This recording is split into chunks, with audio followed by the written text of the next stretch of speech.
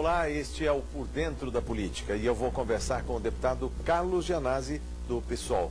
Muito bem-vindo ao nosso estúdio, deputado. Obrigado, Jorge, por mais esse convite para estar debatendo aqui com o telespectador da TV Assembleia. Entre os assuntos de hoje, educação pública, educação de qualidade, uma das bandeiras aqui do deputado Carlos Gianazzi, que viu com muita preocupação a manchete do jornal Folha de São Paulo, que diz que a cada dia um professor se licencia por 2 anos, é isso, deputado? É isso mesmo, Jorge. Essa notícia da Folha de São Paulo, ela repercute um pouco que nós já estamos denunciando aqui há um bom tempo na Assembleia Legislativa e cobrando também o governo estadual, sobretudo a Secretaria Estadual de Educação, no sentido de que ela invista na saúde dos profissionais da educação. Porque hoje a situação é trágica. Hoje nós temos milhares de professores trabalhando em condições adversas, em condições precárias, né? Os professores da rede estadual de ensino estão adoecendo no trabalho, porque os professores são vítimas, em primeiro lugar, da superlotação de salas. Nós temos salas de aula na rede estadual de ensino, e outras redes também, mas no caso específico, com 50 alunos, tanto no ensino fundamental como no ensino médio. Então esse é um ponto crucial que tem que ser resolvido imediatamente. Por isso que nós apresentamos um projeto de lei aqui para limitar o número de alunos por sala de aula. Em 35 no ensino médio, e 25 de primeira a quarta série e 30 de quinta a oitava. Esse é o padrão que nós defendemos, que é o mesmo padrão defendido pelo Fórum Nacional em Defesa da Escola Pública, e que também reflete o projeto que tramita no Congresso Nacional. Apresentei o projeto aqui, que já está pronto para ser votado, mas infelizmente a base governista aqui tem segurado o nosso projeto. Então esse é o primeiro ponto. O segundo é em relação à violência, né?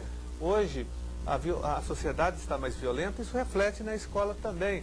E os nossos professores, os nossos profissionais da educação têm sido vítima do processo de violência. Nós temos professores ameaçados pelo narcotráfico, pelo crime organizado, por gangues. E o Estado não oferece nenhum tipo de proteção para os nossos professores. Então, os nossos professores estão adoecendo, né, no trabalho. E sem contar também a jornada de trabalho, que é muito extensa. Um professor hoje, para poder sobreviver, tem que trabalhar em 2 ou até mesmo 3 escolas num único dia. Ele tem que complementar a sua carga horária. Então, esse excesso de trabalho leva a uma estafa. O professor fica estafado, fica estressado, e constantemente o nosso professor é vítima da síndrome do pânico, da depressão e várias outras doenças mentais que acabam se manifestando e sendo potencializados por conta dessa carga pesada, da violência, do excesso de número de alunos por sala. Isso leva, né, o nosso professor a ficar cada vez mais doente, desanimado e, sobretudo, muitos professores estão saindo da carreira, estão pedindo exoneração, porque as condições de trabalho hoje da rede estadual são as piores possíveis.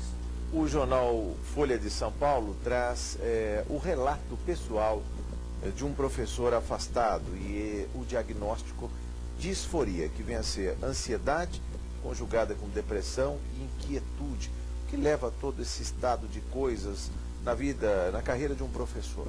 Olha, são essas péssimas condições de trabalho, mas sobretudo uma cobrança que existe da própria sociedade, do governo, né, da imprensa. O professor hoje virou o bode expiatório da crise educacional. Então a sociedade tem sido, eu diria que, enganada até pelos governos e por setores da grande imprensa, a entender, a ter esse tipo de concepção de que o professor é o responsável por tudo o que acontece na escola. O professor também é tão vítima quanto o aluno do que vem acontecendo. Como não há uma política educacional que valoriza os profissionais da educação e a escola pública, então o professor acaba sendo vítima e na opinião, principalmente dos governos, o responsável pelo processo de decadência e falta de oferta de qualidade do ensino. Então essa tem sido a nossa luta, tentar mostrar para a sociedade, para o governo, não.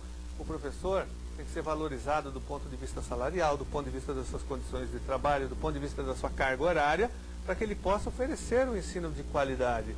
Agora, se o governo não valoriza, através de, principalmente de salários e condições de trabalho, aí a gente não vai ter como resolver essa situação. Porque até pouco tempo, o culpado do fracasso escolar era o aluno, depois foi a família, agora é o professor. É assim que o governo vem colocando essa questão. Porque o professor, como bode expiatório, eu queria que o senhor explorasse um pouco mais o seu entendimento, deputado, porque se delegou, a sociedade delegou à escola a educação, quando na verdade a família tinha um papel protagonista tempos atrás. Agora a família também está modificada. Hoje o núcleo familiar não é mais o mesmo de 30 anos atrás. Hoje nós temos uma nova concepção, um novo conceito de estrutura familiar, né? E dependendo da situação, da região, da classe social, essa família praticamente muitas vezes nem existe. Desagregou-se. Desagregou-se. Nós temos filhos de pessoas que estão presas em penitenciárias, que estão nas escolas públicas. Nós temos uma boa parte dos nossos alunos que não têm os seus pais, não conhecem seus pais. Então, é outra concepção, né? Agora, o que acontece é que a escola como um todo, ela está perdendo aí o seu foco pedagógico, educacional. Da escola se cobra muito que ela atenda também as necessidades de assistência, sim, de oferta de cultura, na área médica também, na área odontológica, né? De preenchimento do tempo livre de uma faixa etária da população. Exatamente. Acontece que isso é importante, mas eu acho que talvez não fosse só o papel da escola. A escola tem foco central, que é o processo de ensino-aprendizagem, ela tem que oferecer educação. É lógico que é importante a assistência médica, odontológica, é importante a merenda escolar, todos esses programas sociais, esses programas suplementares da educação são importantes. Suplementares da educação, mas eles não devem esvaziar a função primordial da escola, que é o processo pedagógico. Então a escola está sendo cada vez mais esvaziada desse foco, desse objetivo, que é oferecer educação de qualidade. Como fica a vida desse professor que está, digamos, incompatível para o exercício profissional? Como é que ele é readaptado à rede? Olha, o professor, quando não tem mais condições de suportar uma sala de aula, e lecionar, ele passa por uma perícia médica no Departamento de Perícias Médicas aqui do Estado de São Paulo. É um capítulo à parte, você pode até falar sobre isso. Ele é avaliado por essa perícia e ele tem a assinatura de um laudo, né, de readaptação. Quando essa junta, ele é analisado por vários médicos, né? E se essa junta médica constatar que ele não tem mais condições de lecionar, ele é readaptado. A readaptação não significa que o professor não vai trabalhar, mas ele continua trabalhando na escola, mas numa outra função.